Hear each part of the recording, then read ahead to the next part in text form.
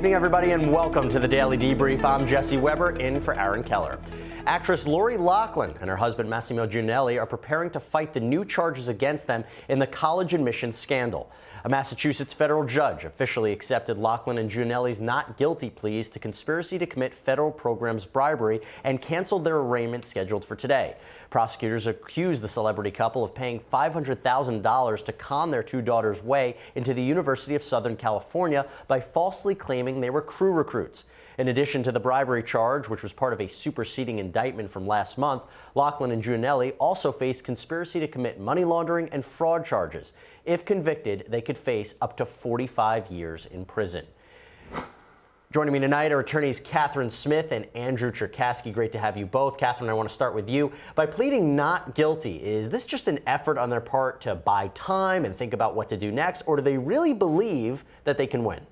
You know, a lot of times people plead not guilty for a variety of reasons. Most people don't from the jump plead guilty. So if she's already passed up a deal, this is not a surprising plea for me. I think we need to stay tuned and see what develops. Andrew, if you were the government, what would you do next? Would you offer a plea deal of some kind? I imagine it'd be a little different. When I was a prosecutor, I never liked to cut deals or at least be the one who initiated the deals. I want the defendant coming to me with the idea that they want a deal, puts you in a better bargaining position. I'm getting ready for trial, and that's what they're doing with these superseding indictments. They're making sure that they're getting rid of some of the issues that are present with the honest services fraud type of charges, and they're trial ready. So they're looking to make sure that this is a rock solid prosecution without any holes in it. It's pretty incredible how their situation just keeps on changing and changing and changing. It was very different from when they were initially indicted to what we see now. Who knows what we're going to see in a month from now, but I appreciate both of your perspective on this one. Now, today was the scheduled execution for death row inmate Rodney Reed, but a Texas appeals court stayed Reed's execution indefinitely. Reed's attorneys say he's innocent of the 1996 rape and murder of Stacey Stites. They say new witnesses, including the victim's relatives, admit Reed was in a consensual sexual relationship with Stites, and that explains the DNA evidence used to convict him. The defense claims they have new witnesses who say the victim's fiancé, Jimmy Fennell, even confessed to killing Stites. The U.S. Supreme Court is scheduled to conference on the Reed case on Friday. Attorney Lee Merritt spoke to Law&Crime earlier today about what's next for Rodney Reed. The prosecutor's office will have to consider whether or not they're going to look at a new suspect. The trial court will consider whether this defense of another culpable party is sufficient to provide reasonable doubt towards Mr. Reed's guilt. But I think what's really going to change the course of this trial is the DNA evidence, assuming that the prosecutor's office will now be forced to test the murder weapon itself that was never tested. She was choked to death with a belt, but also those other experts whose testimonies more or less will be thrown out, so that you will not have that really damning testimony that says she was killed at the time, at or near the time that Rodney Reed's sperm was placed inside of her. There was no real way of knowing that, but they testified to it anyway. And that kind of testimony won't be allowed this time. The execution has been stayed indefinitely. This is going to be a long road. It could be years before we actually go back to trial. The U.S. Supreme Court will also meet on Friday to decide whether to take the case made famous by the podcast Serial. A jury convicted Adnan Syed of murdering his ex-girlfriend Hae Min Lee in 1999. Maryland's highest court ruled that while Syed's trial attorney's performance was deficient, the testimony of a possible alibi witness was not enough to require a new trial. On appeal to the nation's highest court, Syed's lawyers argue that the state courts didn't apply the right legal standard of review. Syed accuses the lower court of making up a way for the state to hypothetically work around the alibi witness and ultimately still win. Syed says the state courts should have simply looked at whether the alibi witness would have affected the outcome of the actual trial that the prosecution did present. Let's go now to the trial of a Florida man accused of killing his wife and business partner. Marc Sievers is charged with being the ringleader behind the murder of Dr. Teresa Sievers. A colleague found the doctor beaten to death in her own home. The murder weapon? A hammer. Marc Sievers, the husband, is one of 3 men accused in this case. Curtis Wright pleaded guilty. A jury convicted Jimmy Ray Rogers of the lesser charge of second-degree murder. Now, we're going to have an opportunity to talk more about this in a minute, but first, the state's opening statement against Marc Sievers and a call he made to Wright. His best friend was telling him he was desperate. His best friend was pulling at his heartstrings, saying that he would lose the girls and that his girls, Sievers' girls, would be in danger. And Wainwright said he would see what he could do. During those conversations, Marc Sievers made clear there was a lot of insurance money, and he would pay Wainwright over $100,000 or more to murder Teresa Sievers.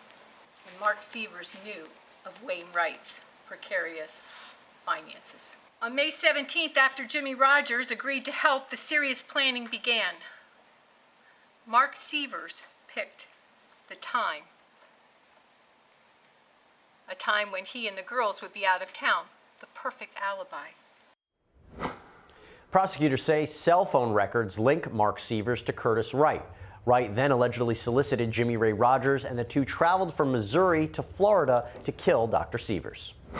FBI analysis and analysts that, with the latest equipment and amazing resources, provided the link between small, almost microscopic fibers found on Teresa Sievers' leg, in the kitchen floor, and in the rental car driven by Wright and Rogers. Fibers that connected to overalls found, thrown away on a rural road in Missouri. FBI analysis that would link a broken piece of hair no bigger than the width of a nickel to Rogers. The video from the Walmart would show Rogers and Wright walking in the Walmart the morning the murder was committed. And they would show Rogers and Wright a few hours after the murder entering a gas station just a few hours north, and Wright admitting to law enforcement his involvement, and Curtis Wainwright providing the why for a brutal murder where nothing was taken. Now, Sievers' defense wants to discredit what co-defendant Curtis Wright is likely to say on the witness stand. Wright agreed to testify against Sievers in exchange for a possible 25-year prison sentence. Curtis Wainwright will tell you that Marc Sievers agreed to pay him between $100,000 to $150,000 from the life insurance policy, but was only actually paid $600 from a check that was consistent with the other checks he got from doing IT work, and $300 for Curtis to install a surveillance system in Mr. Sievers' home. He'll tell you he was told to make the murder look like a burglary, but nothing was taken, including the approximately $50,000 in cash that was in the home. He'll tell you that he lied on several occasions, but was never administered a polygraph to determine what, if any, of his statements were truthful to any degree of scientific certainty. The state will probably not show you the videos of Curtis's prior testimony where he lies. And as for the state's motive, that Teresa and Marc Sievers were in an unhappy marriage, the defense says just the opposite. The Sievers marriage, it's like every marriage where there's children. There were highs and lows, ups and downs, peaks and valleys. Marc was primarily responsible for raising their two girls, Josephine and Carmela, or Josie and Carmi as they like to be called. Girls were good homeschooled students who were busy with extracurriculars. I expect that you'll hear that after menopause, Marc and Teresa had some intimacy issues. And I expect the state will present evidence that Marc and Teresa were on the cusp of bankruptcy, except for the $50,000 in cash that was lying around the house, and the vacations, and the donations to charity, and their comfortable lifestyle. Cops didn't arrest Marc Sievers until nearly a year after the murder, and after Wright flipped. A week after the murder, Sievers agreed to speak with deputies at the sheriff's office to provide an alibi. He was at his mother-in-law's house in New York. Yeah. And were you able to determine from him whether or not there were any security devices, alarm systems, or other similar type devices in his home? Yes, I did. And did you have that discussion with him? Yes, we did. When you talked to him, was there anybody who was accessing his home while he was away? Yes, there was. Who did he tell you who it was? Yes, he did. Who? His mother, Bonnie Sievers, she was checking on his dogs for him. Were you able to ask Mr. Sievers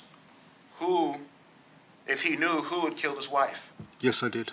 And did he tell you who? He stated he didn't know why anybody wanted to hurt his wife, let alone kill her. All right, joining me again are attorneys Katherine Smith and Andrew Tchaikovsky. Katherine, I want to start with you. A big part of this case relies on the testimony of Wright. But I got to ask you, could this backfire? Because remember, he didn't get the state a first-degree murder conviction for Rogers. Right, no, that's true. The prior jury in the Rogers case clearly didn't buy the conspiracy or the nexus with Sievers. When you have all of your evidence really dependent upon one person's testimony, here, Wright's, it can always be vulnerable. Andrew, the defense is saying that Wright decided to do this on his own. It was his idea. He wasn't directed. Is that going to work? Well, what was interesting today is we saw some cross-examination of a crime scene investigator where it seemed like the defense counsel was trying to lay the framework to show that the testimony of Wright was incredible, that his idea that he had left immediately afterwards and there wasn't a cleanup attempt didn't happen because that crime scene investigator said that there appeared to be a cleanup. So what the defense attorney is doing is trying their hardest to distinguish the testimony of Wright to show that his on-the-scene narrative of what occurred is wrong. And if it's wrong, you can't believe anything of what he's saying. Right. No, there's so much at stake there. But Katherine, aside from Wright, what do you think the state's other key piece of evidence is here? I mean, I think the biggest evidence here is something that they don't really need to prove, but is motive. Without Sievers, the motive that Wright and Rogers would have just really doesn't exist. Just logically, it makes sense that Sievers was involved, and that's what I think they really need to go for. Andrew, real quick, 20 seconds. How do you think this trial is going to look different than Rogers? Well, I think this is going to be a full first degree. I think the Rogers jury was kind of hung and ended up in a negotiation with second degree. I think that this is going to go all the way with a first degree if I'm the betting party here. All right, first day in, already having some thoughts. All right, we're going to talk more about that later on. Still ahead tonight, the verdict in the case of a Florida man accused of killing his girlfriend and her 3 children. Plus, a dramatic rescue by police officers that you just have to see. Those cases and more when we return.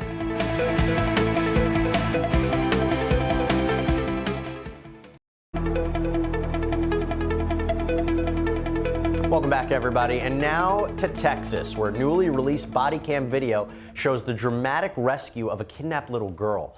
Fort Worth police say Michael Webb snatched an 8-year-old girl from the street while she was walking with her mother in May of this year. A federal jury convicted Webb and a judge sentenced him to life in prison. The girl's mother tried to fight off the abductor, but he shoved her to the ground. Later that day, a tip from a hotel clerk led police tactical officers to this hotel room. I warn you right now, this footage is chilling. Department, open the door! Step out! Get on the ground. Shield. Get on the ground! Shield. Blood in the bed, blood in the bed. Blood in the bed, man. Hey, here she is. Got her. We got her. We got her. Yes. Hey, buddy. Oh, yeah. I got her. She's in custody. We have her. You're okay? Yeah. You're safe. We got you. You're gonna be okay. Can you prove the father? This is the father. Okay. Just hold on, okay? Wow, that's absolutely just incredible. The top U.S. Navy SEAL is taking steps that could result in the expulsion of Navy SEAL Eddie Gallagher. Gallagher was accused of war crimes while deployed in Iraq. He was found not guilty of killing a wounded ISIS prisoner, but convicted of posing for a photo with a captive's dead body. The Rear Admiral is expected to notify Gallagher his case is being sent to a review board, which will decide whether or not to kick him out of the service. This notice comes less than a week after President Trump effectively pardoned Gallagher and restored his rank. A jury's verdict in the trial of a Florida man accused of quadruple murder. Prosecutors say Henry Segura killed his girlfriend Brandy Peters, their 3-year-old son, and Peters' twin 6-year-old daughters. But Segura says Peters was a drug mule who was killed by a cartel who caught her stealing money. Here's the verdict. State of Florida versus Henry Segura, we the jury find as follows. As to count 1 of the indictment concerning the murders of Brandy Peters, the jury finds the defendant is guilty of first-degree murder. As to count 2, we the jury find as follows. As to count 2 of the indictment concerning the murder of Tamaya Peters, the defendant is guilty of first-degree murder. As to count 3, we the jury find the defendant is guilty of first-degree murder. As to count 4, we the jury find the defendant is guilty of first-degree murder. It's been dated and signed by the foreperson. Guilty across the board. The penalty phase is scheduled to begin tomorrow. Segura faces either life in prison or the death penalty. Right now, let's look back at some of the most important moments during the trial. The defendant took the stand in his own defense, but on cross, prosecutors asked Segura, why should the jury believe him when he already admitted to lying to police? In the process of me lying and doing all these lying, I had a whole lot of time to sit down and think about all the mistakes I made, all the wrongs I've done to my wife and my ex-girlfriend and my other girlfriends that I cheated on, all the kids I had outside of my marriage. And I've learned how to right my wrongs. So. Okay, and you're doing this completely to right your wrongs, not to escape accountability for anything that you did. I don't feel like I need to escape accountability for anything. I think the evidence points to itself. The evidence is everything in itself. Okay, so the fact that you had a .32 revolver, In July. Your DNA's on the bathtub bar, you were located there before Brandy's phone went off the network forever. All that evidence speaks for itself, right? My DNA was not on the bath bar. That's something he made up. A key witness for the defense was James Carlos Santos, a gang member who says he ordered the hit on victim Brandy Peters. But on cross, prosecutors questioned Santos about whether he even knew the victim. What you look like? A short, dark-skinned female. You said she owed you money? Yes. $90,000? Around that area, yes. Where do you keep this money? I don't know the exact address. Don't know the exact address. Well, all there's hundreds of thousands of dollars that are being stashed. No. I have records. I write everything down. I have a secretary. Is it the secretary that ordered or helped you order the death of Brandy Peters? No, sir. No, it wasn't. That's not part of her job. The secretary I have now is one of my associate sisters. One of your associate sisters? Yes, sir. What is this associate's name?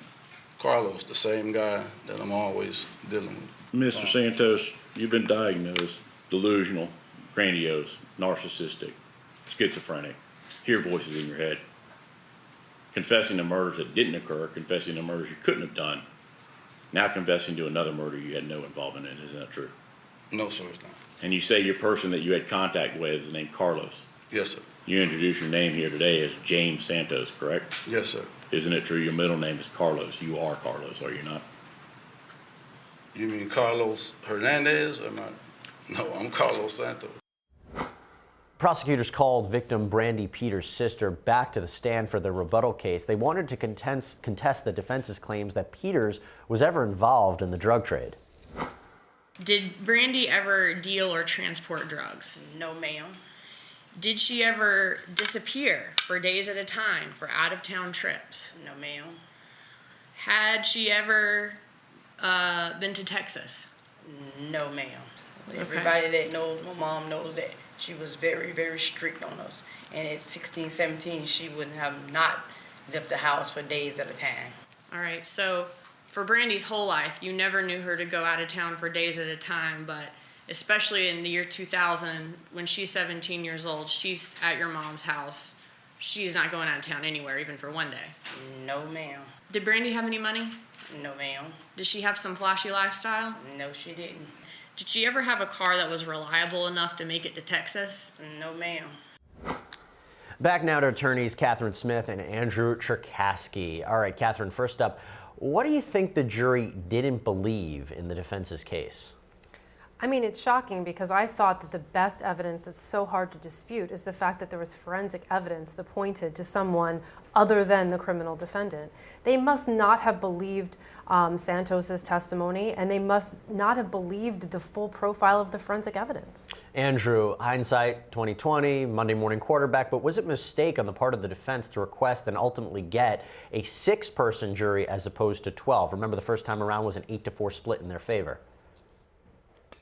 I always like a bigger jury, so I would say that may be a concern that occurred. Anytime you have more people, you have the risk of greater division. So smaller juries tend to have more decisiveness, whether it's guilty or not guilty. So a larger jury, perhaps you get another hung jury. Anytime you have a hung jury and you go back to trial a second time, you're going in thinking we had people who had a reasonable doubt, so we should be able to do the same thing a second time. And the state's case is probably weaker because more time has passed. So I think a lot of people on the defense are seeing this as a big surprise. Look, we could keep talking about what the defense could have done or not done, but I'll switch it. Katherine, what do you think the state did better this time around? They won. I really think that the sister's testimony helped. Specifically, there was a lot of evidence that she said that she had talked to her sister around the time or after the time of the murder, and then she walked that back. I also thought that the testimony that we just saw about her inability really to have been a mule and the fact that her lifestyle didn't match that was compelling. Andrew, we got a potential death penalty in this case. What do you think the chances are that the jury is ultimately going to recommend death here? Well, I think there are very high chances of a death recommendation as long as the jury doesn't have any lingering doubt. That's the one thing that could be going on here is they convicted, but they have some sort of residual doubt or lingering doubt where they maybe are second guessing themselves. Absent that, it is the death penalty, though, in my opinion. Katherine, real quick, 20 seconds. Chances he can successfully appeal this? Great, very great. All right, well, there's a lot to think about with this case. A lot of people have been shocked by that verdict, but you hands down to the prosecution. They retried him and they won, despite criticism from the community saying that they couldn't do it. So again, I want to thank both my guests for coming on tonight and breaking down all these cases. So thank you both. For all of us here, thanks for joining us tonight. Our live trial coverage will resume tomorrow at 9 a.m. Eastern Standard Time on the Law and Crime Network. The Debrief is live on Law and Crime at 5 o'clock Eastern. For all of us here, have a great night.